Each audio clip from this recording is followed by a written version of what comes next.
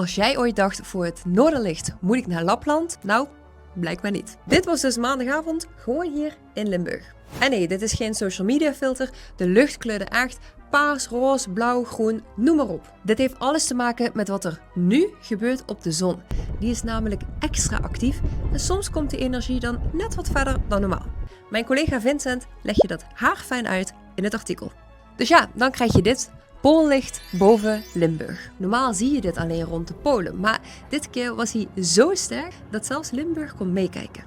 Kleine side note, je camera ziet het beter dan je eigen ogen en dus zien die foto's er vaak nog indrukwekkender uit. En ja, ik baal nog steeds een beetje, want ik ben gek op alles wat met sterren en ruimte te maken heeft, maar ik lag met mijn goede voornemen al braaf te slapen. Dus lag jij net zoals ik te pitten? Wanneer is dan de volgende kans?